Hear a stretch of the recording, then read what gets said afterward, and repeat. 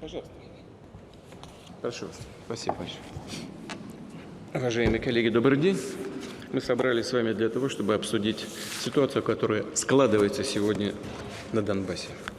Я в двух словах напомню о том, что там изначально происходит, как ситуация складывалась. Хотя вы это все и так прекрасно знаете, тем не менее, для того, чтобы была общая картина, которая помогла бы нам принимать соответствующие решения. Итак, после госпереворота на Украине в 2014 году часть населения этой страны не приняла этот переворот. Напомню, что он был антиконституционный и кровавый, потому что в ходе этих событий погибло много ни в чем не повинных людей. Это действительно вооруженный переворот.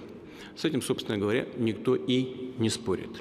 Часть, повторяю, граждан этой страны не приняла этот переворот, и это касалось тех людей, которые проживали в Крыму, это касалось и тех, которые проживали и проживают сегодня на Донбассе. Люди заявили о том, что они формируют две независимые республики – Донецкую Народную Республику и Луганскую Народную Республику. С этого момента началось противостояние киевских властей и людей, проживающих на этой территории. В этой связи хотел бы обратить внимание на то, что Россия изначально делала все для того, чтобы мирными средствами, мирным путем разрешить все возникшие противоречия. Тем не менее, киевские власти дважды провели военные карательные операции на этих территориях. И, судя по всему, мы являемся свидетелями обострения ситуации в третий раз. Все эти годы, я хочу это подчеркнуть, все эти годы над людьми, которые проживают на этих территориях, фактически издевались. Постоянные обстрелы, блокада. Как вы знаете,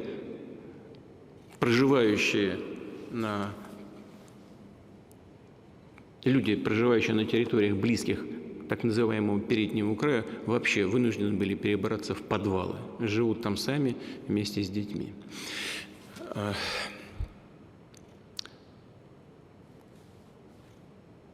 В ходе переговорного процесса возник мирный план урегулирования, который называется «Минский комплекс мер», поскольку мы, как вы помните, встречались именно в городе Минске. Но весь ход последующих событий показывает, что сегодняшние киевские власти не собираются его исполнять. Более того, они публично об этом многократно уже заявили. И на самом высшем государственном уровне, и на уровне министра иностранных дел, на уровне секретаря Совета Безопасности. В общем, ясно для всех. Реально по этому комплексу мер Минскому делать ничего не собираются. Тем не менее, Россия предпринимала и предпринимает до сих пор усилия для того, чтобы решить все сложные моменты и трагические моменты развития событий мирным путем. Но вот мы имеем на сегодняшний день то, что имеем. Цель нашего сегодняшнего совещания заключается в том, чтобы послушать коллег и определить наши дальнейшие шаги на этом направлении, имея в виду и обращение руководителей Донецкой Народной Республики и Луганской Народной Республики к России с просьбой признания их суверенитета и постановление Государственной Думы Российской Федерации на эту же тему с призывом к главе государства сделать это и признать независимость и суверенитет Донецкой Народной Республики и Луганской Народной Республики. Хочу вместе с тем отметить, что эти вопросы, безусловно, очень тесно связаны Это разные вопросы, но они, тем не менее, очень тесно связаны с глобальными проблемами обеспечения безопасности в мире вообще и на европейском континенте в частности. Потому что использование Украины как инструмента противостояния с нашей страной, с Россией, представляет, конечно, для нас серьезную, очень большую угрозу. Именно поэтому мы в последние месяцы, в конце прошлого года, активизировали свою работу с нашими основными партнерами в Вашингтоне и в НАТО для того, чтобы договориться, в конце концов, о этих мерах безопасности и обеспечить спокойное, благополучное развитие страны в мирных условиях. Для нас это задача номер один. Это приоритет для нашей страны. Не конфронтация, а обеспечение безопасности и условий для развития. Но мы, конечно, должны понимать реалии, в которых мы живем. И, как я уже неоднократно говорил, если Россия столкнется с такой угрозой, как принятие Украины в Североатлантический альянс, в НАТО, то угрозы для нашей страны многократно возрастут. Потому что есть статья 5 договора о создании НАТО, из которой ясно, что все страны альянса должны воевать на стороне одного из своих членов, если он подвергается какой-то агрессии. Но поскольку никто не признает волеизъявления крымчан и севастопольцев, Украина настаивает на том, что это ее территория, у нас возникает реальная угроза, что они начнут отвоевывать эту, как они считают, свою территорию военным способом, а они говорят об этом в своих документах, пишут, это очевидно, то тогда весь Североатлантический блок обязан будет включиться в эти события. Нам говорят, и вы об этом знаете, что некоторые страны НАТО против того, чтобы Украина стала членом Альянса. Тем не менее, несмотря на то, что они против, в 2008 году в Бухаресте подписали меморандум, который открывает Украине и Грузии двери в НАТО. На мой вопрос, а зачем же вы это сделали? Ответа нет. Под давлением Соединенных Штатов. Вот этот ответ. Но если они сделали один шаг под давлением Соединенных Штатов, где у нас гарантии, что они не сделают и второго шага под давлением? Таких гарантий нет. Таких гарантий вообще нет, потому что Соединенные Штаты легко отказываются от любых договоренностей, от любых документов, которые подписывают. Но тем не менее, хотя бы что-то должно быть положено на бумагу и зафиксировано в качестве международно-правового акта. На сегодняшний день мы не можем договориться и об этом. Поэтому я предлагаю такой порядок нашей работы. Сначала я хотел бы предоставить слово Сергею Викторовичу Лаврову, который работает как раз в сфере попыток договориться с Вашингтоном и с Брюсселем, с НАТО о гарантиях безопасности. А потом попрошу казака Дмитрия Николаевича, я попросил его прийти, он здесь, да, он здесь, вот,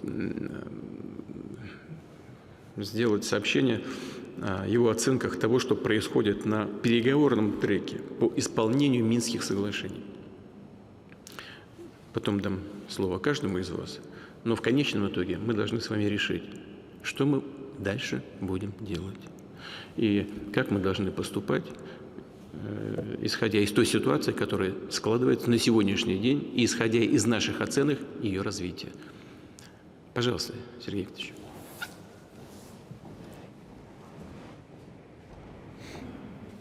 Уважаемый Владимир Владимирович, уважаемые коллеги, как я докладывал президенту неделю назад, мы подготовили оценку тех предложений по гарантиям безопасности, о которых Россия выдвинула соответствующие инициативы перед США и НАТО в декабре прошлого года. В конце января получили реакцию.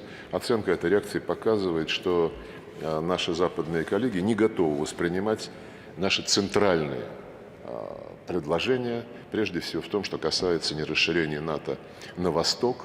Это требование отклонено со ссылкой на так называемую политику открытых дверей Альянса.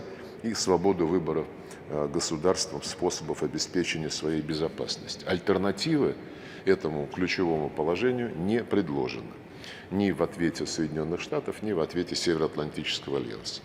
Опорный для нас принцип неделимости безопасности, на который мы активно ссылались, Соединенные Штаты всячески стараются обойти. И извлекая из него единственный элемент, который их устраивает, свобода выбора союзов, они полностью игнорируют все остальное, включая ключевое условие, которое гласит, что никто и при выборе союзов, и безотносительно союзов не должен укреплять свою безопасность за счет безопасности других. В этой связи в конце января направил всем нашим коллегам западноевропейским, членам НАТО, членам Евросоюза, а также Швейцарии, развернутые письма, где показал наш юридический анализ тех обязательств, которые были приняты в ОБСЕ на высшем уровне в 1999 году, в 2010 году, а также в рамках отношений между Россией и НАТО, включая основополагающий акт 1997 года и Римскую декларацию, которая была в 2002 году одобрена на высшем уровне на совещании России и НАТО в Пратика ди Маре. Второй наш приоритет касается как раз того периода, когда завязывались отношения с НАТО, 1997 год, и мы предложили, учитывая, что в тех документах 1997 года было провозглашено, что Россия и НАТО более не являются противниками, и была выражена задача выстраивать партнерство стратегического характера в том числе, мы предложили вернуться на восточном фланге НАТО к конфигурации сил Альянса, к состоянию на 1997 год. Этот аргумент наш был отвергнут, как и первый, и причем нас тут же призвали в ответах натовцев прекратить оккупацию Крыма, вывести войска с территории Грузии, Молдавии и Украины. По Украине в целом выражена в этих документах поддержка Минскому комплексу мер, но в абсолютно таком стерильном ключе, без какой-либо готовности заставить Киев, добиться от Киева выполнять положение этого важнейшего документа. Ну и в ответ на наши другие требования, включая необходимость исключить развертывание представляющих нам угрозу систем вооружений вблизи российских рубежей, американцы обозначили настрой начать обсуждение проблемы ракет средней и меньшей дальности наземного базирования. Эта проблема возникла после того, как Соединенные Штаты в одностороннем порядке вышли из договора, соответствующего с Российской Федерацией, и проигнорировали ваши, Владимир Владимирович, инициативы еще двухлетней давности, когда вы предложили взамен этого договора хотя бы объявить взаимный мораторий на развертывание таких систем с соответствующими мерами верификации. Среди других идей, которые США и НАТО передали нам, это работа по некоторым аспектам уменьшения военных рисков, повышению транспарентности и предсказуемости. Они на самом деле близки к нашим предложениям, которые мы неоднократно выдвигали в последние годы как перед американцами, так и перед натовцами. Но эти темы, они выведены из контекста пакетного соглашения по гарантиям безопасности, и в части двусторонних с США шагов они также ведут речь о регламентации полетов стратегических бомбардировщиков, о доработке мер по предотвращению инцидентов на море и в воздушном пространстве над ним, ну и особое внимание уделяют транспарентности внезапных проверок, возобновлению контактов между военными, созданию гражданской телефонной горячей линии, ну и обсуждению механизмов предотвращения опасных военных инцидентов. В целом, наше общее впечатление, что коллеги пытаются, так сказать, раскассировать российские предложения, выделить из них отдельные второстепенные, хотя и важные для нас моменты, которые способствовали бы поддержанию диалога и снижению рисков, но не затрагивали бы коренные интересы США и их союзников в вопросах безоглядного расширения НАТО не затрагивали бы их свободы в определении конфигурации сил на натовском пространстве и на околонатовском пространстве. При этом, что особенно важно в контексте той темы, которую сегодня президент обозначил, начало диалога по любым вопросам обусловлено нашими предварительными шагами по деэскалации ситуации вокруг Украины. Подытоживая оценку этих ответов, мы можем констатировать, что есть подвижки, они несущественные, но они есть, и последовательность и принципиальность, которые мы проявляем, продвигая наши инициативы от декабря прошлого года, конечно же, встряхнули Соединенные Штаты и их союзников, заставили взять в проработку многие из ранее отвергавшихся ими российских предложений по ослаблению военной напряженности и контролю над вооружениями. В этом контексте, как я вам докладывал, Владимир Владимирович, мы исходим из того, что работу нужно продолжать. Мы в изложенном мной духе подробно отреагировали на поступившие документы из Вашингтона и Брюсселя, но отреагировали только пока в адрес Соединенных Штатов, в том числе и прежде всего потому, что натовское направление мы рассматриваем как вспомогательное, исходя из того, что натовцы, конечно же, будут определять свои шаги, прежде всего, может быть, даже исключительно, в зависимости от того, какую позицию займет Вашингтон. Кстати, на недавно закончившейся Мюнхенской конференции по вопросам безопасности каждый западник провозглашал абсолютную приверженность единой позиции. Единую позицию вырабатывают Соединенные Штаты, поэтому Мюнхен просто подтвердил, что говорить нужно с Вашингтоном. И именно этим мы сейчас занимаемся, направив одобренный вами ответ на американский документ. В этом документе мы подчеркнули главное, что наши предложения не являются чем-то вроде меню, из которого можно выбирать. Они не являются ультиматумом, просто они опираются на абсолютно очевидную вещь, что ситуация в мире может быть решена только комплексно на данном этапе. Вы, Владимир Владимирович, подчеркнули, что и украинский кризис во многом зависит от того, как развиваются отношения между Российской Федерацией и ведомым Соединенными Штатами Западом. И поэтому мы в нашем ответе подчеркнули целостность изначальной российской инициативы, готовы обсуждать и те вопросы, которые американцы вспомнили, о которых американцы вспомнили, в том числе с учетом наших прежних идей, но делать это мы будем исключительно добиваясь ответа на главные вопросы, которые нас беспокоят. Прекращение расширения НАТО на восток и рассмотрение конфигурации натовского присутствия на европейском континенте, прежде всего в Центральной и Восточной Европе, с учетом того, о чем договаривались в рамках Россия-НАТО. И, конечно же, наш призыв, не призыв, а, в общем-то, требование, по большому счету, объяснить, почему подписанные на высшем уровне заверения о том, что никто не будет укреплять свою безопасность за счет безопасности других, сейчас не просто игнорируется, но наши коллеги из соответствующих стран даже отказываются объяснить, что же они имели в виду, когда их лидеры подписывали соответствующие документы, и почему сейчас, независимо от того, что они имели в виду, они не собираются исполнять свои обязательства.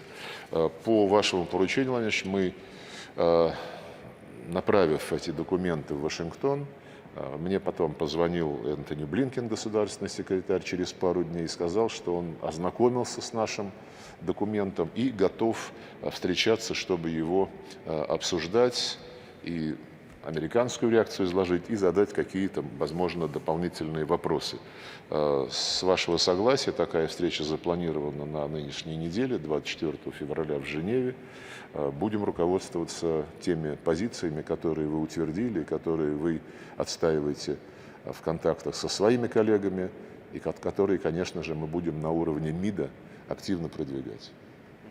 Сейчас, секундочку. Я вот со своими коллегами как раз разговариваю на этот счет, и американский коллега заверил, что Украину не собираются принимать завтра, более того, возможно, какой-то мораторий, но ведь они и считают, что Украина не готова сегодня, поэтому мой ответ был простой. Это, мы считаем, не уступка нам, это просто реализация ваших планов. Вы считаете, что нужно подождать и подготовить Украину к вступлению в НАТО. Ну вот мораторий, не для нас мораторий, вы для себя этот мораторий делаете. В чем же движение в нашем направлении, в нашу сторону? Пока такого не видно. Но вот вчера мы дважды разговаривали с президентом Франции, он уже ночью, сегодня, можно сказать, до 2 часов ночи разговаривали, он уверяет, что в американской позиции есть какие-то изменения. Но на вопрос, в чем они заключаются, он, к сожалению, ответить не смог. Вот я полагаю, что сначала нужно понять, в чем же эти изменения, если они есть. Потому что ваш коллега, наоборот, публично, вот чуть ли не вчера заявил о том, что никаких подвижек по принципиальным вопросам, связанным с расширением, с возможным принятием других стран в НАТО, включая Украину, у них нет. Я так понимаю это? Несмотря на множащиеся публикации в СМИ, причем в западных СМИ, текстов секретных документов, которые в начале 90-х, 90-м, 91-м году обсуждались между западными коллегами, как с нами, так и между собой, несмотря на то, что оттуда четко следует отсутствие даже у Запада намерений, когда они в разговоре в узком кругу это подтверждали, расширять НАТО на восток. Несмотря на это, тот же господин Столтенберг, который сейчас занимает пост генерального секретаря Североатлантического альянса, просто отвергает очевидные факты, рассекреченные из британского архива и опубликованные в журнале «Шпигель». Вот. И несмотря на все на это, они, ну, так сказать, насмерть стоят на недопустимости какого-либо ослабления вот этой самой политики открытых дверей, хотя вы не раз публично объясняли, что такой политики не существует, а есть возможность, предусмотренная в Вашингтонском договоре, при согласии всех членов НАТО предложить той или иной стране присоединиться к альянсу при 2 условиях. Если она соответствует критериям членства, и второе, самое главное, если она добавит безопасности Североатлантического альянса. То, что второй главнейший критерий давным-давно уже игнорируется, НАТО, это мы знаем. Но насчет того, какие же новые идеи могут нам передать американцы и их союзники, мы исходим из того, что, как вы и сказали президенту Макрону, сначала нам надо понять, что американцы имеют в виду. И поскольку наши французские коллеги дают нам такую информацию, что у них есть понимание того, о чем Вашингтон может с нами говорить. Сегодня у меня запланирован, как вы и договорились с президентом Макроном вчера, телефонный разговор с министром иностранных дел Франции. И согласовывая время разговора, я попросил Министерство иностранных дел французское обеспечить, чтобы в этом разговоре он хотя бы чуть-чуть прояснил, что конкретно американцы, как они намекали французам, готовы с нами обсуждать. Понятно, спасибо. Значит, садитесь, пожалуйста. Благодарю вас. Сейчас выступит Дмитрий Николаевич Казак. Я просил его выступить с обзором того, что происходило на Минском треке урегулирования, так его назовем. А потом я попросил бы других членов Совета Безопасности высказаться, начиная с той реальной ситуации, которая складывается сейчас в народных республиках Донбасса. Пожалуйста, Дмитрий Николаевич. Уважаемый Владимир Владимирович, уважаемые коллеги, не буду утомлять вас деталями этих тяжелых, безумно сложных переговоров по выполнению Минских соглашений. Скажу лишь одно, что сегодня чуть-чуть погромче, Дмитрий Николаевич.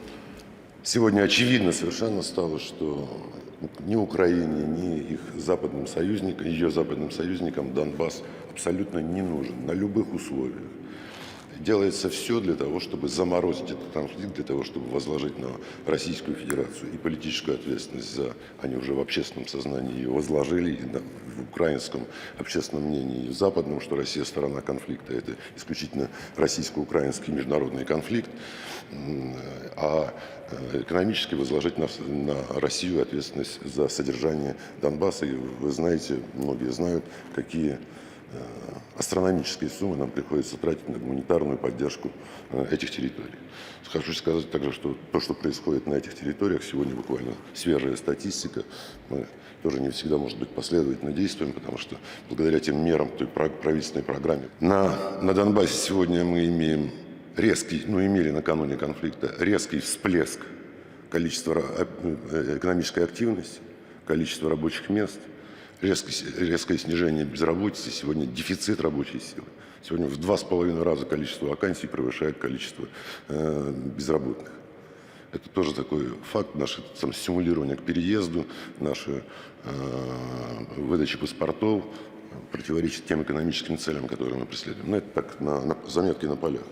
Если говорить об Украине, очевидно совершенно, что Донбасс ни Украине, ни Западу не нужен, урегулирование конфликта не нужно, нужно замораживание конфликта. На любой гипотетический вопрос о том, что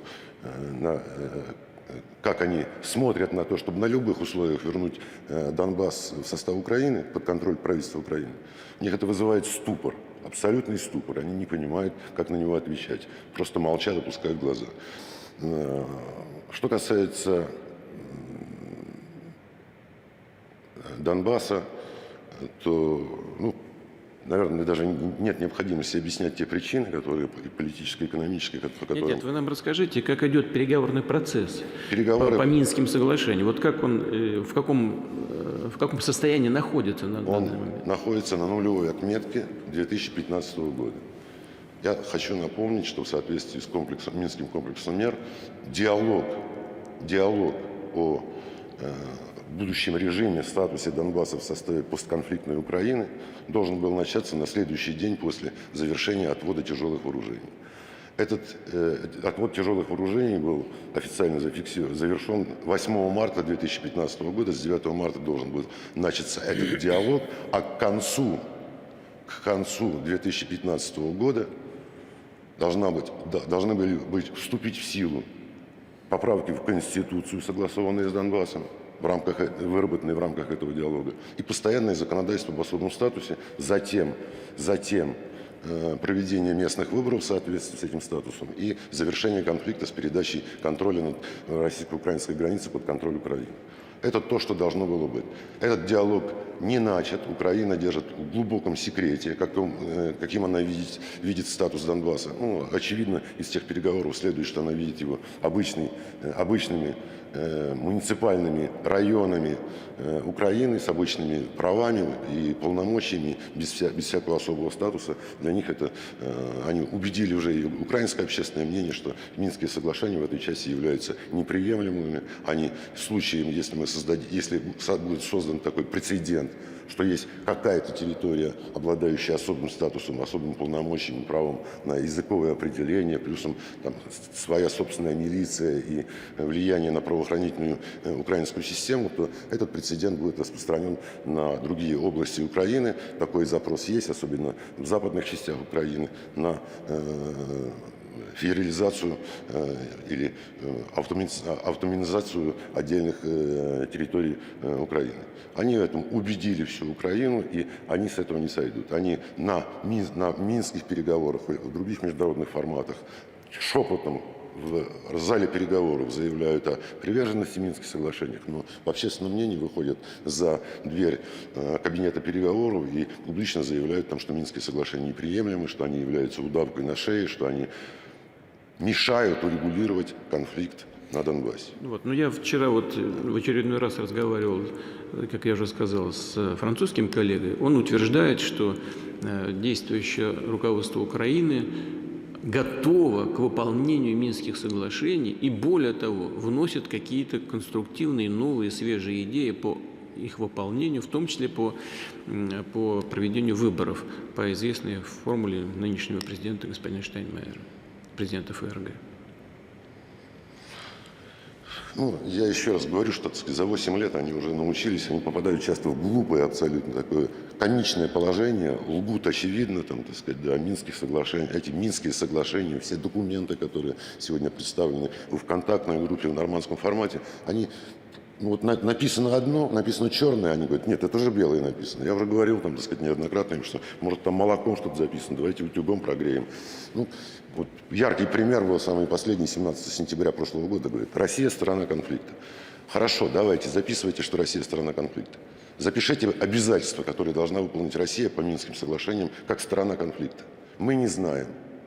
Украину спрашиваю, вы считаете Россию стороной агрессором? Вы можете сформулировать, помогите немцам и французам. Мы предпочитаем, чтобы это сделали немцы и французы. В конечном итоге французы и немцы говорят, а может Россия сама придумает себе обязательства по Минским соглашениям? Мы не знаем. Вопрос следующий, ну для иллюстрации. Говорю, ладно, облегчим вашу участь. Что не выполняет или отказывается выполнять Донбасс по Минским соглашениям? Потому что Донбасс реально заняли наступательную позицию, у них предложения по выполнению Минских соглашений огромное множество на столе переговоров. Не знаем, что не выполняет Донбасс. Сформулировать не можем, вы сами придумаете. То есть, Вот не знаем, что не выполняет Донбасс именно в рамках Минских соглашений? Да, конечно. Конечно, у них нет позиции ни по одному вопросу. Они не знают, какие обязательства должны нести Россия, какие обязательства должен выполнить или отказываются выполнять Что Донбасс. касается пунктов, поясните нам еще раз, пунктов 9, там, 11, 12, там написано, что решения должны приниматься в диалоге с этими консультациями и в диалоге с этими республиками. Что вот по этому вопросу? Да, считают, что Минск, вопреки тому, что здесь написано, уже все знают, наверное, вынуждены даже там кембриджский толковый словарь английского языка привозить в Берлин последний раз. Считают, что это не является требованием о прямом диалоге между Украиной. Обсуждение и консультации не означают прямой диалог между Донбассом и Киевом по политическим вопросам урегулирования. То есть то, что написано в диалоге и по согласованию, они считают, что это не значит прямого диалога. Да, да. Вам Макрон вчера вам говорил о том, что необходимо, чтобы этот диалог был исключительно в рамках ТКГ и под надзором ОБСЕ. Это тоже надуманная проблема, потому что этот диалог происходит исключительно в рамках трехсторонней контактной группы, где модератором является ОБСЕ. Это надуманная проблема, которая такой проблемы не существует. Все предложения Донбасса вносятся в ТКГ, через ОБСЕ, все под председательством ОБСЕ пытаются их обсуждать. Но представители Украины просто в то время, когда представители Донбасса что-то говорят, отворачивают голову и не слышат. Когда им задают вопрос, ответьте, они говорят, если Россия что-то спросит, мы ответим. Когда Россия спрашивает, когда внесение будет изменения в Конституции, это было у нас года 2 назад в Берлине, когда будут изменения внесены в Конституцию в соответствии с Минским соглашением украинцев. На Украине на следующий день началась такая истерика, что Россия вмешивается во внутренние дела Украины, предъявляет ультимативные требования о внесении изменений в Конституцию Украины. Это суверенное право Украины, и никто не имеет права в это вмешиваться. То есть правильно мы вас понимаем, да? Это такое... Правильно мы вас понимаем. Напрямую разговаривать с республиками киевские власти не хотят. Да. Говорят, что намерены это делать в диалоге с Россией. А как только Россия предлагает шаги к урегулированию в рамках Минских соглашений, начинается истерика по поводу того, что Россия вмешивается во внутренние дела Украины. Да, это очевидно. Да, абсолютно так. Абсолютно так. И они этого добиваются, чтобы сделать Россию, чтобы мы начали реагировать, начали предлагать что-то по политическим условиям. После этого нас начнут обвинять в том, что мы вмешиваемся. Да, а вот что по поводу того, что надо понимать Минские соглашения таким образом, что не признанные республики должны вносить инициативы, а наоборот, киевская официальная власть сегодняшняя должна вносить вносить какие-то предложения по исполнению Минского комплекса мира? Ну, это очередное, последнее предложение, которое проявилось 10 февраля в Берлине из области юридического кретинизма, что поскольку речь идет о законодательстве Украины, то инициативы по поводу внесения изменений в законодательство Украины должны исходить исключительно от Украины. Инициативы исходить. Хорошо, инициативы исходят. А предложения, поправки к этим инициативам, если эти бредовые, как то, что вчера вы с Макроном обсуждали, бредовые предложения Украины, если Донбасс и предлагает альтернативные предложения, будут рассматриваться? Не знаем, опускают глаза. Очевидно, ведется вся тактика, вот последняя, они изобретательность, я говорю, проявляют достаточно. Она глупая, неуклюжая, смешная, но они проявляют ее постоянно, на ходу изобретают новые схемы, что если сводится к тому, что украинские предложения по внесению изменений в их конституцию и законодательство никто не может обсуждать. Потому что это суверенное право Украины. Если Россия, то это вмешательство во внутренние дела. Если Донбасс, то это люди с паспортами сепаратиста, которые тоже не имеют права. Эту позицию заняли Украина и неожиданно поддержала вчера Франция. И вот то ключевое положение Минских соглашений о том, что все эти изменения, в том числе изменения в Конституцию, должны быть согласованы с ЛНР, ДНР, они игнорируются. Они сегодня игнорируются, изобретаются какие-то схемы, когда они, схемы абсолютно из области, я говорю, еще раз говорю, юридического кретинизма, что давайте, пусть мы что-то вбросим в эту трехстороннюю контактную группу, мы ни с кем не разговариваем, мы не слышим Донбасс. Если Россия что-то предложит, то мы посмотрим, как на это реагировать, скорее всего, будут реагировать, как мы уже с вами сказали. А потом нам ОБСЕ должно сказать, что это в рамках этого черного ящика в виде трехсторонней контактной группы якобы согласовано. Это надуманная какая-то процедура. Которая... Тогда у меня еще, можно сказать, в этой части заключительный вопрос. Скажите мне и коллегам ваше мнение. Киевские власти будут выполнять Минские соглашения или нет? При обычном развитии событий не будут. Не будут никогда. И я еще раз повторяю, очевидно, что они не хотят ни по Минску, ни без Минска не хотят возвращать Донбасс в состав Украины. Хорошо. Им он выгоден. Спасибо. Да. Ладно, спасибо. И, Владимир, если здесь или потом, я хотел просто ответить на вопрос по поводу присоединять, не присоединять Донбасс. Что делать с этим дальше? Как использовать это в переговорах с Западом? Потому что это такая очень серьезная проблема. Ну и что?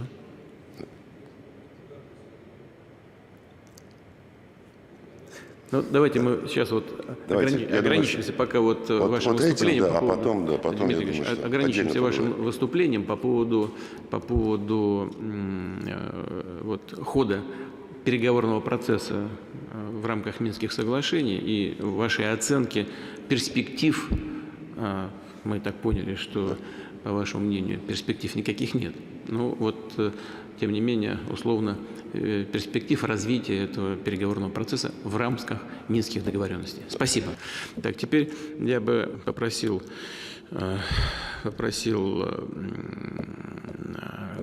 директора Федеральной службы безопасности Александра Алексеевича вас доложить о той ситуации, которая складывается сейчас на границе, в том числе и по тому, как пограничники фиксируют количество перешедших на нашу сторону людей, беженцев. Ну и по ситуации на границе. Уважаемый Владимир Владимирович, мы видим, как деградирует обстановка на территории двух республик, Донецкой и Луганской народных республик, о том, что там увеличилось количество обстрелов, прежде всего, так, что представляет угрозу жизни гражданского населения. С учетом этого обстоятельства, началось движение беженцев в сторону границы России. И на сегодняшний день на 9 часов утра из Донецкой и Луганской народных республик на территории Российской Федерации вышло 68,5 тысяч гражданского населения. пограничники фиксируют именно эту цифру. Мы находимся в прямом контакте с представителями органов власти субъектов, которые занимаются работой с беженцами. Это первое. Второе. Мы видим, что в результате интенсификации обстрелов украинскими силовиками территории Донецкой и Луганской республик есть случаи, попадания снарядов на территорию Российской Федерации, прежде всего в Ростовской области. С учетом этого обстоятельства нами совместно со следственным подразделением, Следственным комитетом России осуществляются необходимые оперативно-следственные действия. Это первое. Второе. Сегодня в ночь две диверсионные группы военных Украины вышли на границу с Российской Федерацией в Луганской области и с территории Мариуполя. В результате состоявшегося боя наших пограничников при поддержке Министерства обороны России эти две диверсионные группы были уничтожены. Один из военнослужащих Украины захвачен в плен. Осуществляется необходимая дальнейшая работа. В принципе, на границе обстановка с нашей стороны стабильная, мы ее отслеживаем и усилили военную составляющую, в том числе по линии пограничной службы, работаем совместно с правоохранительными органами Министерства обороны. Спасибо. Спасибо. Сергей Кужегедович, я знаю, что Министерство обороны Российской Федерации отслеживает ситуацию в зоне конфликта. Пожалуйста, ваши оценки.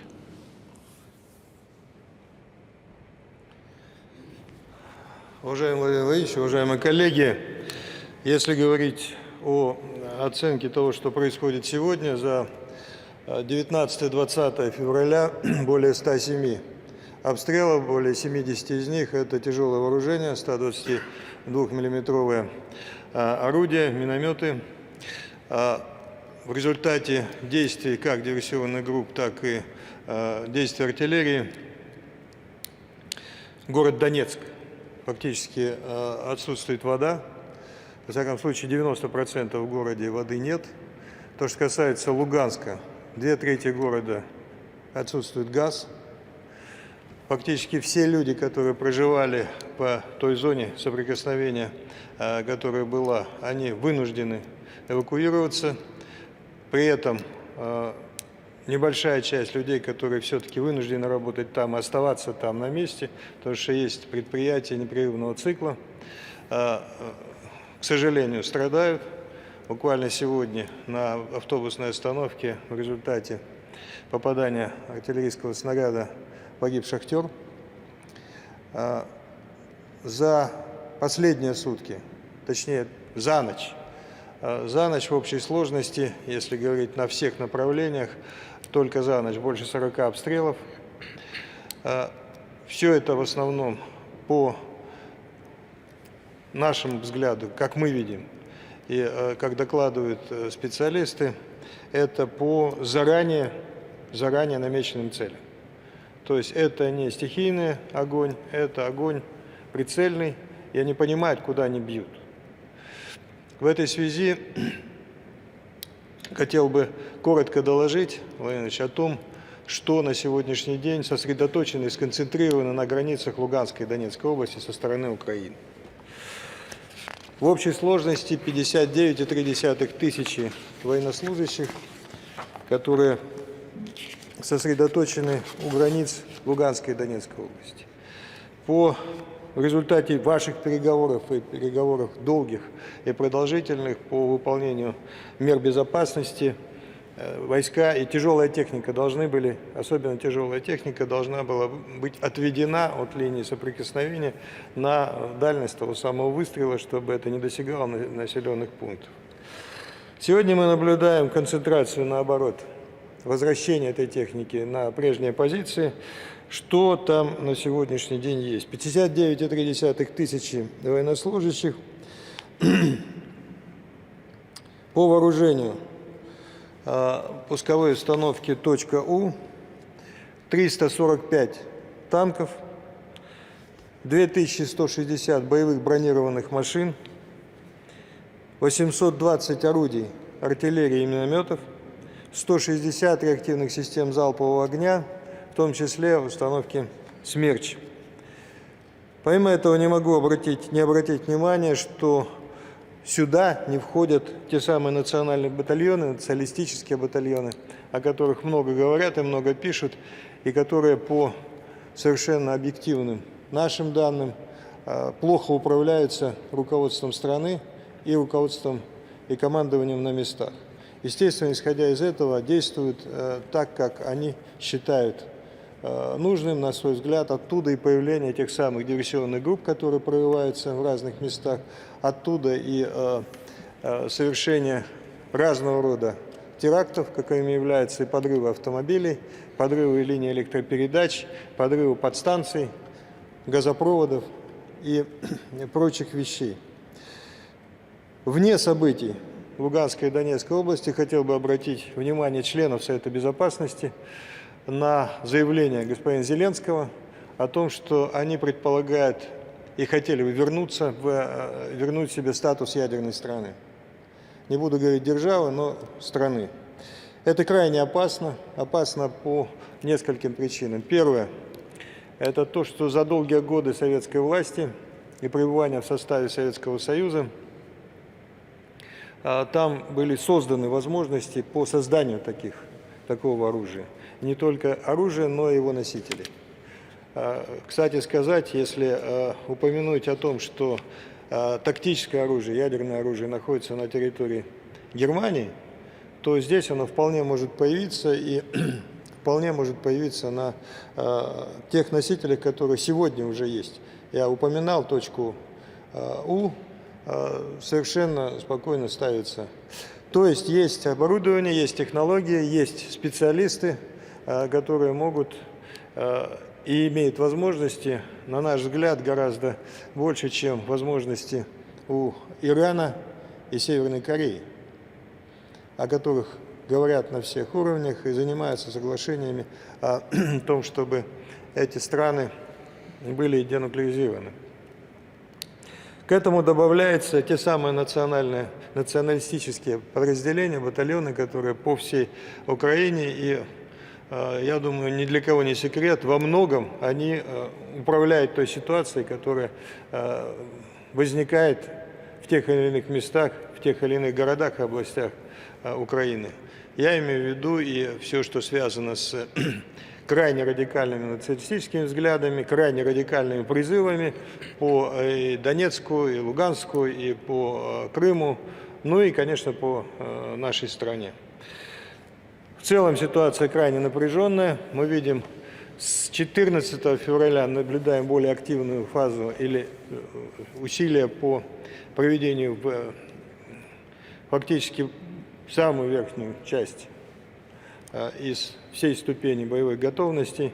Это говорит о том, что готовятся либо большие серьезные провокации, либо готовится силовой вариант решения вопроса по Донбассу, как минимум. Это и смена мест дислокации тяжелой техники артиллерии, смена радиочастот в переговорах. Ну и помимо этого, конечно, все, что связано, или в первую очередь связано с той активностью на передней линии, я имею в виду обстрелы. Такого не было давно, и мы фактически почти вплотную подошли к показателям 2014-2015 годов. Спасибо, Владимир. Спасибо. Так, уважаемые коллеги, по линии переговорного процесса, связанного с самим урегулированием на Донбассе, думаю, что всем понятно, какова там ситуация. На сегодняшний день она тоже достаточно подробно описана и директором Федеральной службы безопасности и министром обороны. Нам нужно ответить на вопрос, который поставлен давно и зафиксирован в обращении Государственной Думы к главе государства. Вопрос о признании Донецкой Народной Республики и Луганской Народной Республики. Мы угрозы и шантаж со стороны наших западных коллег видим, понимаем, с чем связан такой шаг, но понимаем и ситуацию, которая сложилась на данный момент. Дмитрий Анатольевич.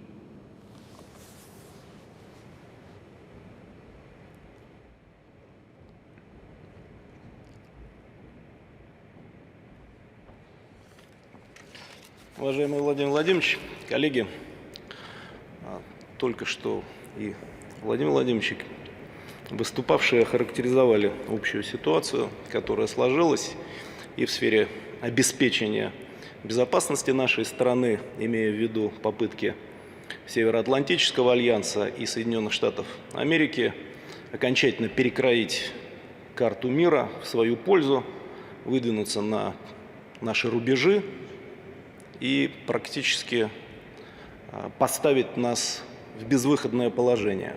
Это, собственно, те красные линии, о которых говорил президент страны, неоднократно выступая на различных форумах и в ходе различных встреч. Если говорить о ситуации, которая сложилась вокруг Донецкой Народной Республики и Луганской Народной Республики, то совершенно очевидно, что, во всяком случае, на мой взгляд, что подтверждается выступлениями коллег, эти территории, в принципе, Украине не нужны. Во всяком случае, это разменная карта в торговле за статус Украины. Жители этих территорий никакой поддержки и помощи от украинских властей уже много лет не получают, наоборот, подвергаются массовым репрессиям, которые заключаются в обстрелах, в лишении их элементарных благ, в нарушении элементарных прав человека. По совокупности того, что происходит, можно сделать вывод, что комплекс мер, которые зафиксированы в Минских соглашениях, выполняться не будет.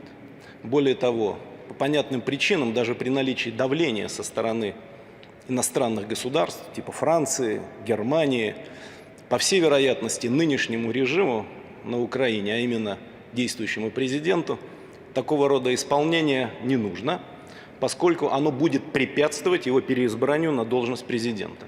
А он этого хочет больше всего на свете. И поэтому не в его интересах следовать тем соглашениям, которые были достигнуты. Об этом вы, Владимир Ильич, только что говорили, когда и он, и его секретарь национальной безопасности и обороны без обиняков публично говорят, что это вредные соглашения. А потом продолжают пудрить мозги нашим западным коллегам, когда они во время личных встреч или телефонных переговоров получают от него ритуальные заявления в пользу выполнения этих самых Минских соглашений. Мы стоим перед непростой дилеммой, связанной с признанием двух этих территорий, которые готовы к тому, чтобы такого признания искать, и которые с соответствующими заявлениями к нам обратились, равно как и наш парламент такое постановление также принял.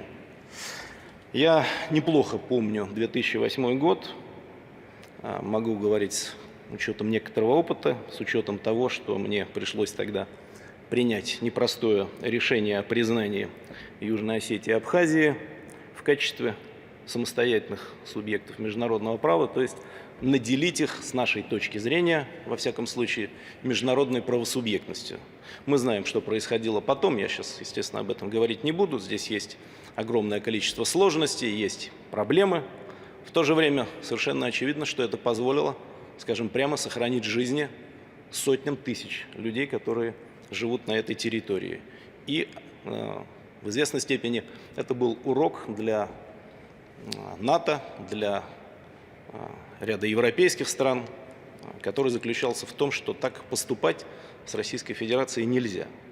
Сегодня ситуация и сложнее гораздо, и в чем-то, может быть, даже и проще. Объясню. Сложнее, потому что масштаб потенциального конфликта несопоставим с тем, с которым мы столкнулись в 2008 году. И это абсолютно точно, с учетом того анализа, который, вот, допустим, только что был проведен министром обороны. С другой стороны, в чем-то нам проще, потому что мы тогда не знали, какова будет реакция Были разговоры разные, мои разговоры. Владимир Владимирович беседовал с президентом Бушем тоже. А сейчас мы знаем, что будет происходить. Мы знаем все проблемы, все трудности, все те предложения по санкциям, которые многократно из всех утюгов, так сказать, транслируют в наш адрес. Мы понимаем, что давление будет запредельным, но мы понимаем и каким образом этому давлению противостоять. В этом смысле этот горький опыт за 14 лет, в общем, как мне представляется, нам пошел впрок. Этот опыт показал, что будет трудно, и здесь я уже дам свою оценку персональную, но через некоторое время при умелом управлении ситуацией, а мы, подчеркиваю, как мне представляется, под руководством президента этому научились, это напряжение, которое сейчас просто вибрирует вокруг нашей страны, оно все равно так или иначе будет спадать. Не быстро, не одномоментно, но так устроена история человеческая, что от этой ситуации рано или поздно устанут и сами будут просить нас вернуться к возврату, к дискуссиям, к переговорам по всем вопросам обеспечения стратегической безопасности. Здесь, знаете, как у Булгакова в известном произведении, никогда не просите, сами придут и все предложат. Вот приблизительно в таком ключе события развивались в 2008-2009 году. Сами пришли и сами предложили восстановить отношения во всех направлениях.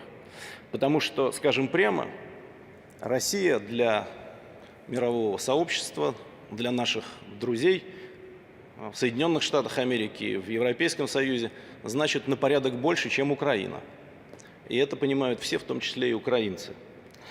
Поэтому, конечно, острых углов нам всегда нужно избегать, но все-таки законы жанра таковы, что через некоторое время, скорее всего, ситуация, связанная с признанием соответствующих территорий, будет охлаждаться. Это нам показывает предыдущий опыт. Я хотел бы отметить то, о чем сегодня еще не говорили. Элементарная вещь, но исключительно важная. На территории двух этих непризнанных образований в настоящий момент проживает около 800 тысяч граждан Российской Федерации.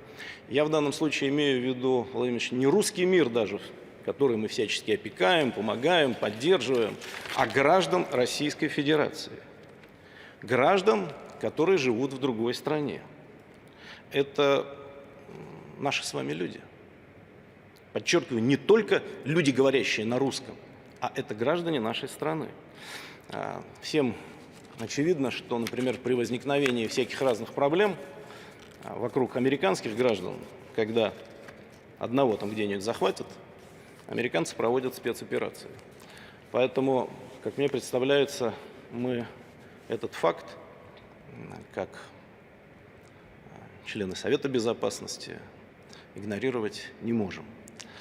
Поэтому, на мой взгляд, если ситуация будет развиваться по такому пути, о котором я только что сказал, а никаких признаков улучшения нет, то единственным выходом в этом случае останется признание правосубъектности соответствующих территорий, что находится всецело в компетенции президента страны.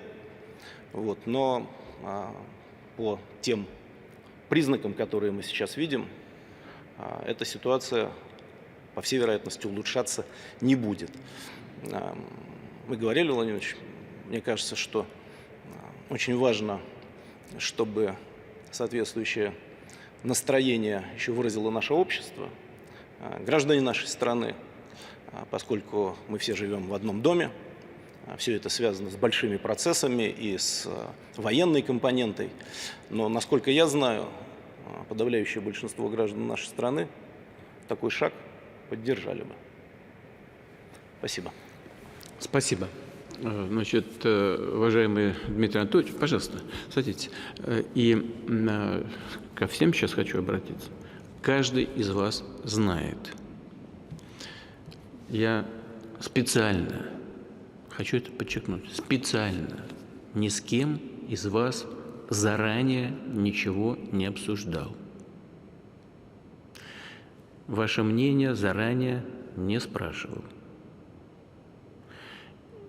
И то, что происходит сейчас, это происходит прямо, что называется, с чистого листа, потому что я хотел узнать ваше мнение без всякой предварительной со стороны подготовки. Вот это считаю чрезвычайно важным и прошу в этой связи высказаться председателя Государственной Думы. Вячеслав Викторович.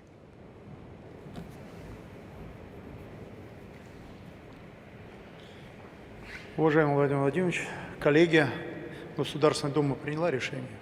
Мы обратились к вам.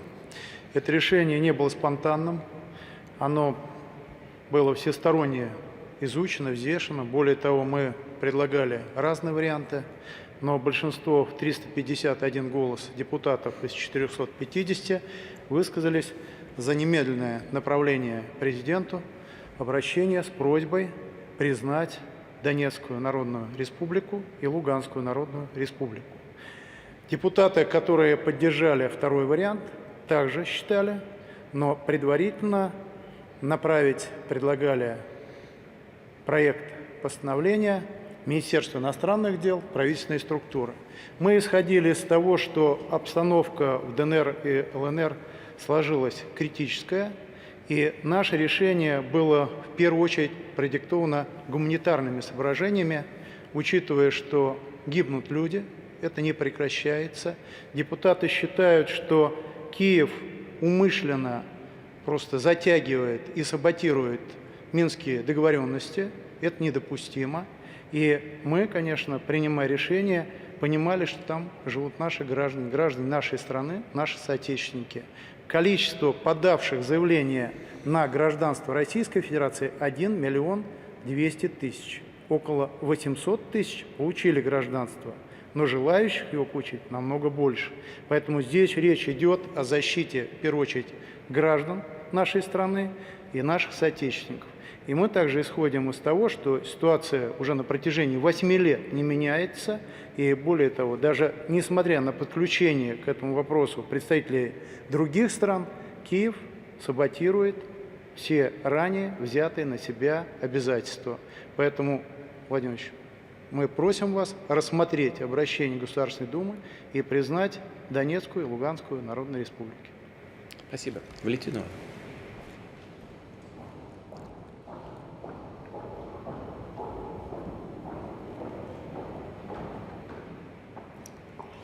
Уважаемый Владимир Владимирович, уважаемые коллеги, 7 лет на наших глазах в центре Европы происходит гуманитарная катастрофа. Все эти годы реальный геноцид, блокада, невыплата пенсий и пособий, обстрелы. И 7 лет Россия последовательно на всех уровнях выступала за политическое, дипломатическое решение внутриукраинского конфликта, по сути, прекращения гражданской войны. На всех трибунах, и по парламентской линии мы в том числе, нас никто не слышал. Шла имитация исполнения Минских соглашений. Бесконечные заседания контактной группы бессмысленные, бесполезные. И стало очевидно, что киевский марионеточный режим, он не только не хочет, но он не может ничего решить. Ведь смотрите, стоило Байдену щелкнуть пальцем, и в этот же день сняли генерального прокурора. Точно так же, если бы хотели, чтобы на Украине закончился этот конфликт, только бы дали указания киевскому руководству, они бы тут же сели за стол переговоров и исполнили Минские соглашения. Этот конфликт нужен Украине, чтобы оправдать как-то деградирующую экономическую, социальную ситуацию, списывая все на якобы войну. Этот конфликт нужен Западу как антироссийский проект, где Украина просто как разменная монета не думает о своих национальных интересах, а как бы угодить своим хозяевам. Именно поэтому Минские соглашения и не реализуются. Вот чего хотели жители Луганска и Донецка? Давайте вспомним. Их называли сепаратистами, террористами. Они сказали: дайте нам экономическую автономию, мы устали кормить Киев, и дайте нам право говорить на родном русском языке. Обычные требования, обычные ценности европейские, о которых так много говорят. Вместо этого две попытки вооруженного захвата территории с большим количеством жертв, организованная гуманитарная катастрофа. А где ОБСЕ? А где гаранты, которые перед государственным переворотом подписали соглашение? Собираются главы государств Германии, Франции, России, принимаются решения. Ни одно из них даже попытки не было исполнить.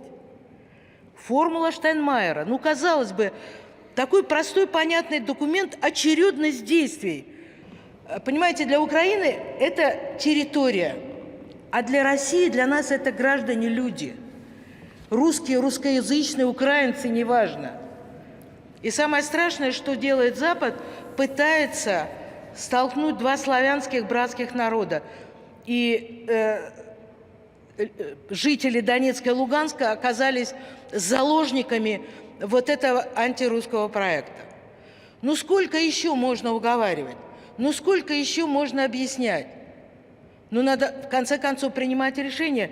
У нас достаточно было терпения и достаточно аргументов заставить Украину выполнить Минские соглашения, пойти мирным дипломатическим путем.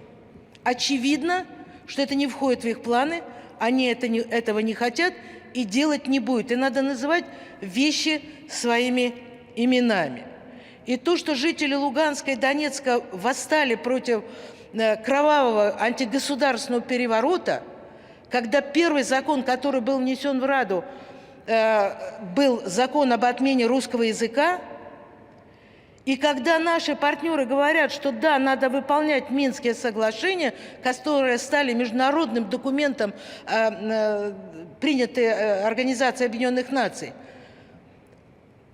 вместо того, чтобы заставить это делать, они нам машут все время пальцем, угрожают санкциями. Вместо того, чтобы понудить к миру, так скажем, Украину. Вместо этого они ведут военное освоение Украины, снабжают, поставляют туда все виды вооружения, включая наступательные, а они думают, что там завтра могут прийти к власти националисты, бандеровцы, люди, которых именно по-другому назвать трудно, и воспользуются этим вооружением. Это что, добавит стабильности в Европе? Это что, путь к мирному и стабильному развитию ситуации в Европе? Мне кажется, что у нас, у России, просто уже моральный долг. Мне, знаете, я не могу смотреть эти кадры. И я думаю, большинству так. Бедные женщины, старушки, которые плачут, дети, которые сидят в подвалах и учатся в школе, и все мировое сообщество на это смотрит, прикрывая глаза. Невозможно, ни о каких ценностях европейских после этого говорить невозможно. Это античеловечно, антиморально. И еще раз хочу сказать, дальше с этим мириться нельзя, нужно принимать решение. Если признание Донецкой и Луганской народных республик разрешит эту проблему, это очевидно, значит, мы должны пойти на этот шаг. Угрозы санкциями, конечно, это больно, конечно, это неприятно. Но послушайте, нас называют агрессором, а мы ни разу не заявили о санкциях против Украины. Мы по-прежнему поставляем туда, и мы, Беларусь, электроэнергию, бензин, которыми заправляют танки, которые идут на границу с Донецкой и Луганской республикой. Мы поставляем газ и многое чего другого. Поэтому, на мой взгляд, время пришло, откладывать нельзя, нужно принимать решение. Еще, Владимир Ильич, вот буквально несколько слов, может быть, эмоционально, извините. Но вот за 30 лет раздельного существования как два независимых государства – Что Россия сделала плохого Украине? Что Россия сделала плохого? Мы поставляли почти бесплатный газ. Мы не вмешивались, в отличие от Соединенных Штатов, которые заявили, 5 миллиардов долларов они потратили на смену режима. Мы не вмешивались. Захотели американцы в третьем туре незаконно избрать Ющенко, избрали.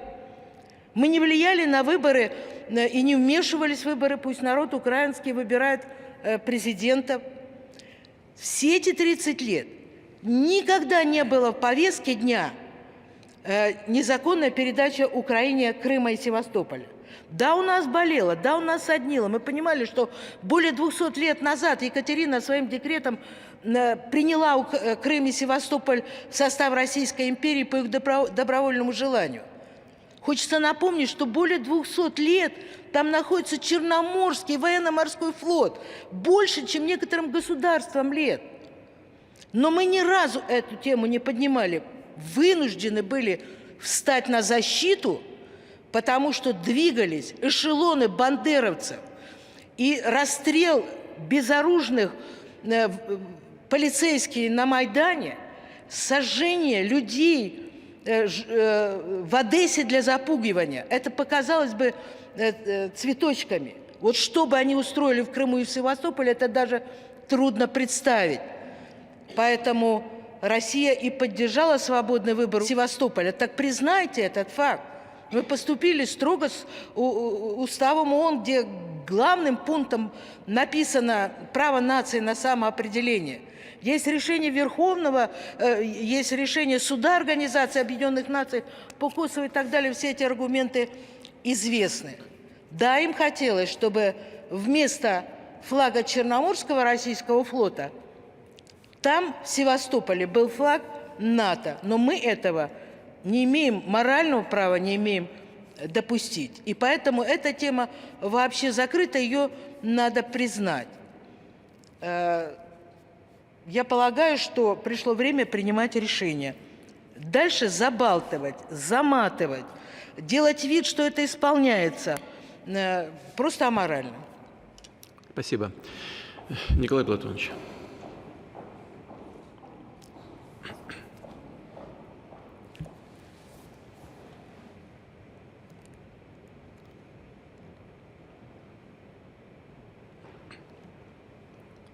Уважаемый Владимир Владимирович, уважаемые коллеги, вопрос, который мы сегодня обсуждаем, он исключительно актуальный, но я позволю себе несколько шире взглянуть на эту тему.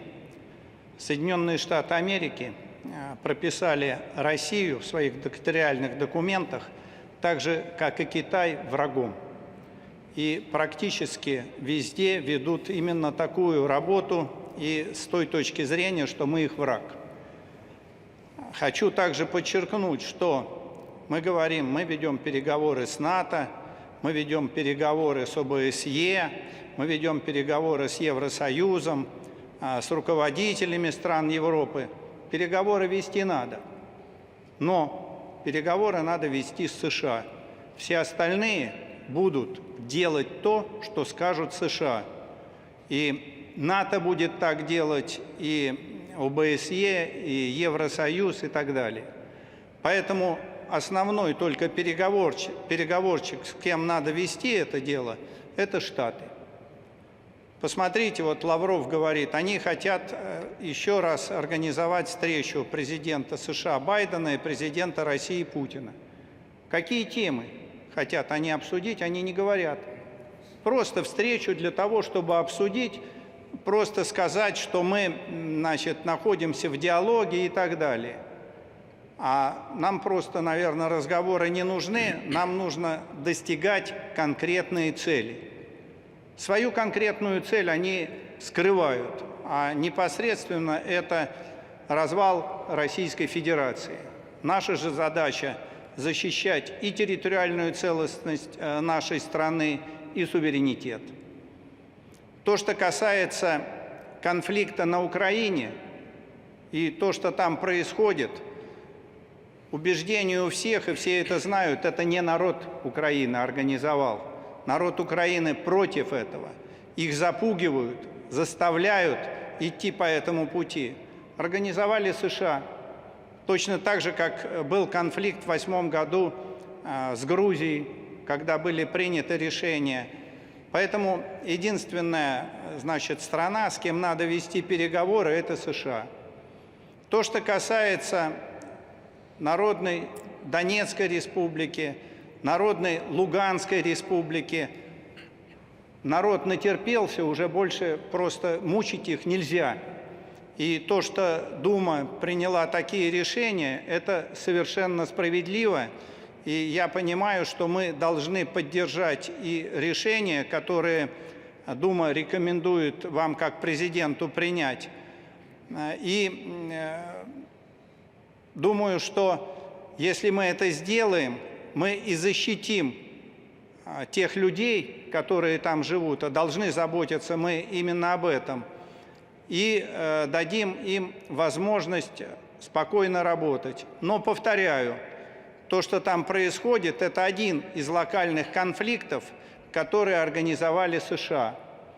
Поэтому внесу предложение, что было бы целесообразно откликнуться на предложение американской стороны, на предложение Байдена о том, чтобы вы провели с ним переговоры, во время которых бы можно было сказать, что вы все делали против народа Луганской Народной Республики, Донецкой Народной Республики, а мы обязаны их поддержать. Если вы способны в кратчайший срок, можно обозначить там 2-3 дня, прекратить всю эту кровавую бойню, мы будем вести с вами диалог, и, пусть тогда народ развивается, и пусть договариваются и реализуют не дорожную карту Минских соглашений, а план, чтобы по каждому пункту был краткий срок, что это сделать. Но убежден, что вам будет дан отрицательный ответ, с вами не согласятся, и поэтому единственное решение – это признание. Спасибо. Спасибо. Михаил Владимирович.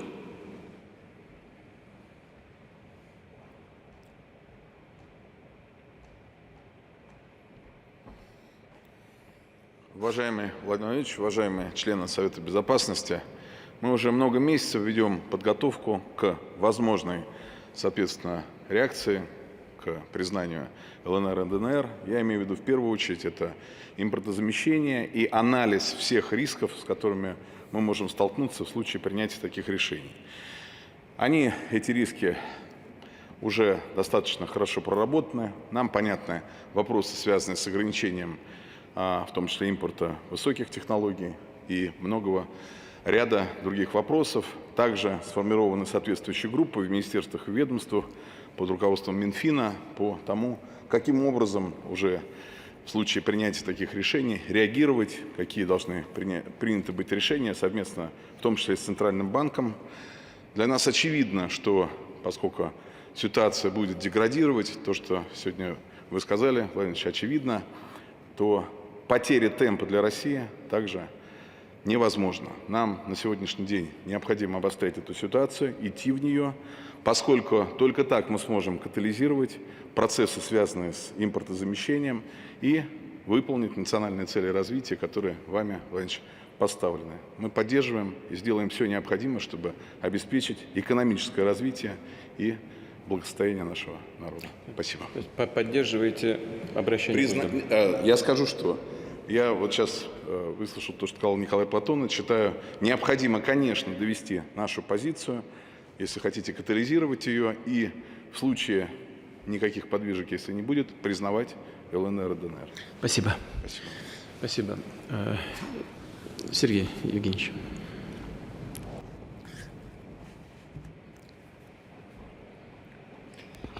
Уважаемый Владимир Владимирович, мы в течение уже долгого времени видим, и я периодически информирую вас о том, что нынешнее руководство Украины не собирается выполнять Минские соглашения.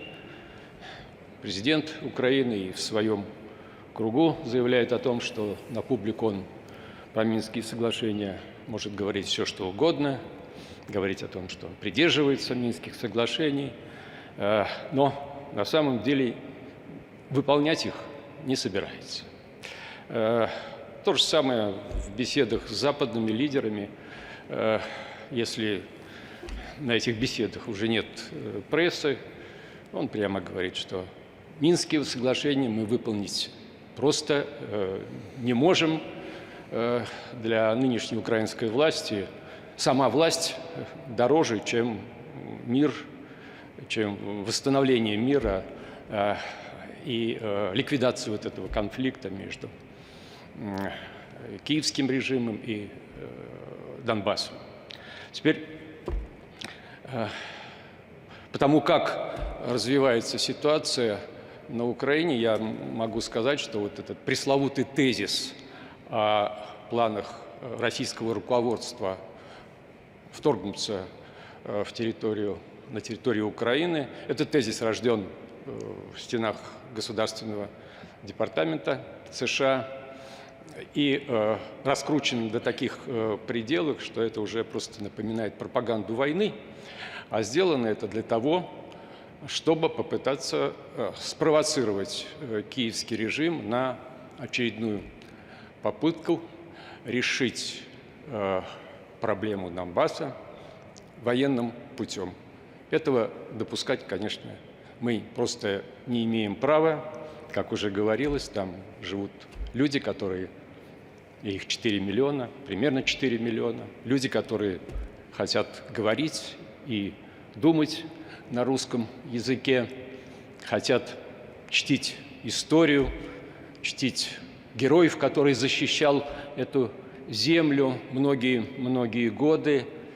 И вспоминая о том, как Россия поступила вот уже 7-8 лет назад, когда просто откликнулась на стремление населения Крыма, Севастополя жить в составе России, причем это было жителями Крыма и Севастополя.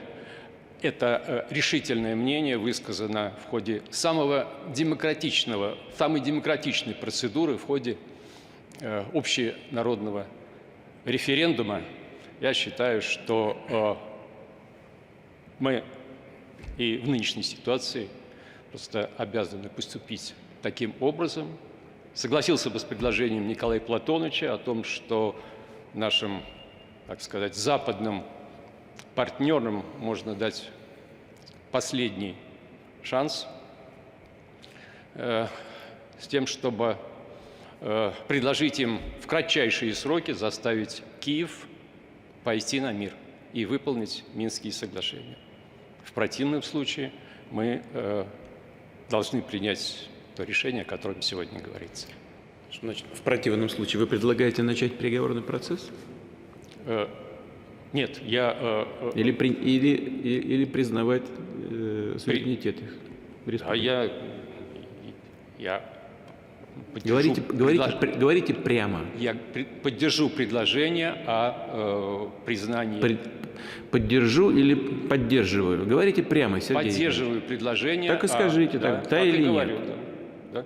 Поддерживаю предложение о вхождении Донецкой и Луганской народных республик в состав Российской Федерации. Да, мы об этом не говорим, мы этого не обсуждаем.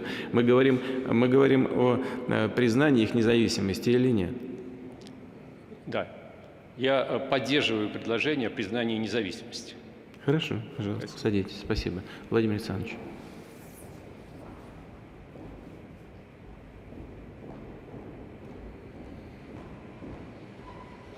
Уважаемый Владимир Владимирович, уважаемые коллеги, в истории всегда можно найти аналогии тем или иным процессам, которые мы наблюдаем в настоящее время. Вот точка зрения сегодняшних, прошлых киевских официальных властей, что они были вынуждены в той непростой ситуации подписать Минские договоренности, потому что они были загнаны в угол, что Минские договоренности – это сродни акту капитуляции. Ну тогда, коллеги, в кавычках, давайте сделаем аналогию историческую. Вспомним май 1945 года. Германия подписывает акт о капитуляции и 7 лет не выполняет этот акт. ссылаясь на любые ситуации, что там сложности были, несложности были, что они на улицах Берлина попадали в какие-то котлы и все остальное прочее. Вот он аналог. И поэтому говорить сегодня, когда нас партнеры зарубежные приглашают играть в игру, в честную игру за столом переговоров, но можно играть в честную игру только тогда, когда перед тобой честные и нормальные партнеры. А когда перед тобой сидят партнеры с крапленными картами и делают все от них зависящее, чтобы каким-то образом обосновать вот эту лицемерную, лживую позицию официального Киева, ну о чем можно тогда разговаривать? И кто нас призывает к этому диалогу? Нас призывают зарубежные партнеры, которые, помахав пробиркой с белым порошком, разбомбили Ирак, сменили законную власть, утопили народ в крови, и после этого нас приглашают к какому-то диалогу.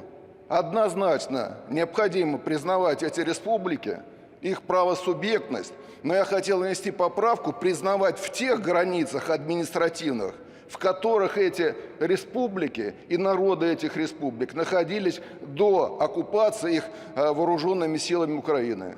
Именно от Мариуполя и заканчивая теми историческими границами. Спасибо. Спасибо большое. Что касается переговорного процесса, то казах же доложил. Он в тупике. Просто тупик. 8 лет ведем переговоры. Вот о чем речь. Да, у нас все полномочные представители, я бы попросил кого-нибудь из вас, ну, скажем, Игорь Ильич, вас высказаться, ну, естественно, ваша собственная позиция, но будем исходить из того, что коллеги придерживаются примерно такой же точки зрения. Если есть необходимость у кого-то из полпредов дополнительно высказать свою точку зрения, пожалуйста, прошу. Уважаемый Владимир Владимирович, уважаемые члены Совета Безопасности, мы все помним 2014 год, и с какой болью весь наш народ воспринимал то, что происходило и в Крыму, и то, что начало происходить на Донбассе и в Луганске. И мы помним, какой был общественный запрос на признание двух этих республик уже тогда. И мы понимаем, какое мужество и терпение потребовалось политическому руководству страны, чтобы дать новым украинским властям шанс самостоятельно залечить эту рану на теле Украины, на теле народа, который является, по сути, одним народом с нами. За это время сменилось, уже второй президент дорабатывает второй президентский срок. Уже первому президенту предъявляют обвинение в госизмене за то, что он подписал Минские соглашения. Мы слышим заявления нацистов украинских о том, что будет с народом этих республик после того, как туда вернется украинская власть. Их прямо угрожают уничтожить, подвергнуть иллюстрациям и физическим казням. Сегодня на границах Украины сосредоточена группировка, которая сопоставима по своей ударной мощи с той группировкой, с которой Гудериан от Брянска в августе 1941 года развернул свои войска на Донбасс. И при этом в адрес России звучат обвинения в излишней агрессивности. Может быть, в том, что она слишком агрессивно защищает жизни наших собратьев. Я считаю, что мы должны признать Луганск и Донбасс. Спасибо. Так, обращаюсь ко всем присутствующим. Есть ли какие-то другие точки зрения или какое-то особое мнение по тому вопросу, который поставлен? Нет? Значит, тогда я знаю позицию МИДа, позицию Минобороны, позицию ФСБ. Тем не менее, хочу вас спросить, Сергей Викторович, пожалуйста.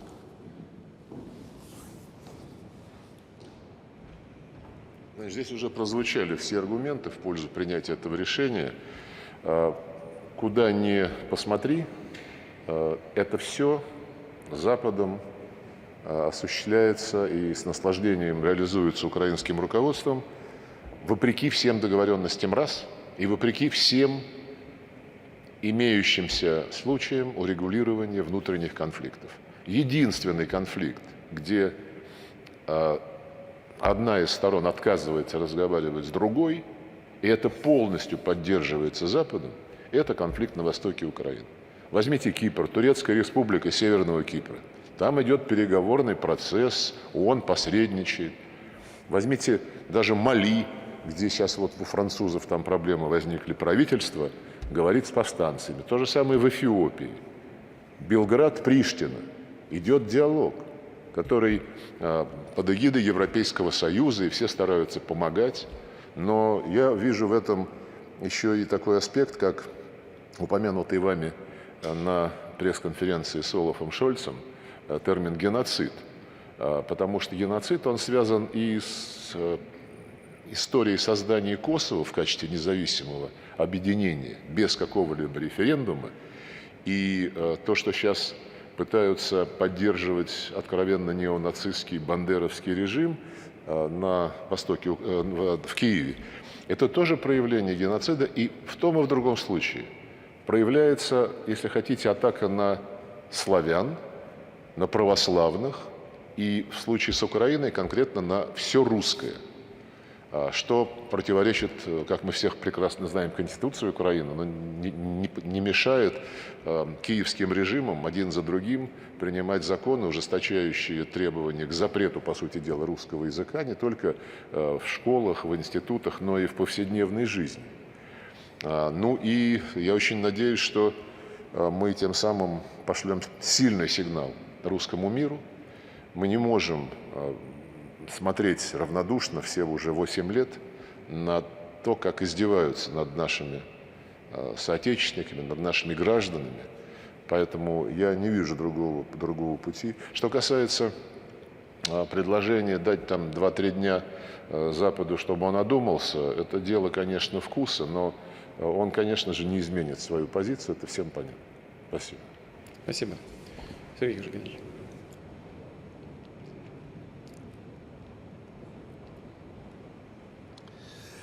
Владимир Ильич, 2022 год. И уже 8 лет люди научились жить в подвалах. От мала до велика.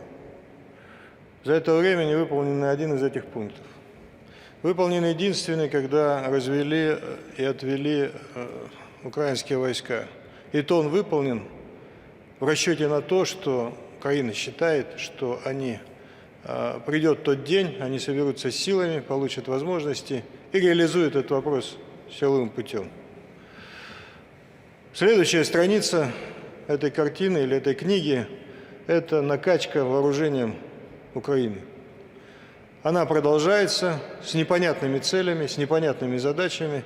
У них и так оружия там столько, что хватит на много разного рода больших и маленьких конфликтов, которых они с завидным упрямством устраивают на территории и Луганской, и Донецкой республик. Но когда каждый день прибывает по 4, по 5, а были дни по 8 рейсов, оружие, современного оружия, и когда говорят, что это оборонительное, ну, мне трудно представить себе, что там, те же самые джавелины – это оборонительное оружие. А их там уже больше, больше, чем в некоторых странах-членах НАТО. И это говорит о том, что никто не собирается выполнять никакие Минские соглашения, все готовятся решить этот вопрос силовым путем. В этой ситуации я считаю, что нам не оставили выбора, поэтому я однозначно говорю да, надо признавать. Спасибо.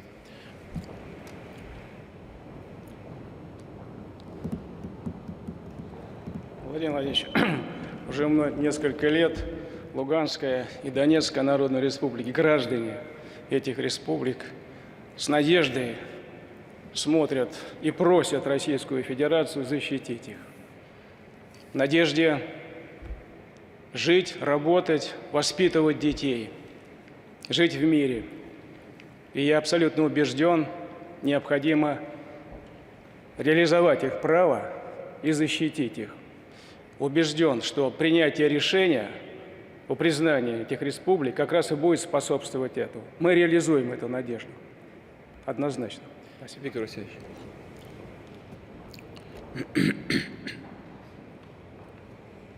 Уважаемый Владимир Владимирович, уважаемые коллеги, вот канцлер Германии высказался в том духе, что разговоры о геноциде населения Донбасса вызывает смех.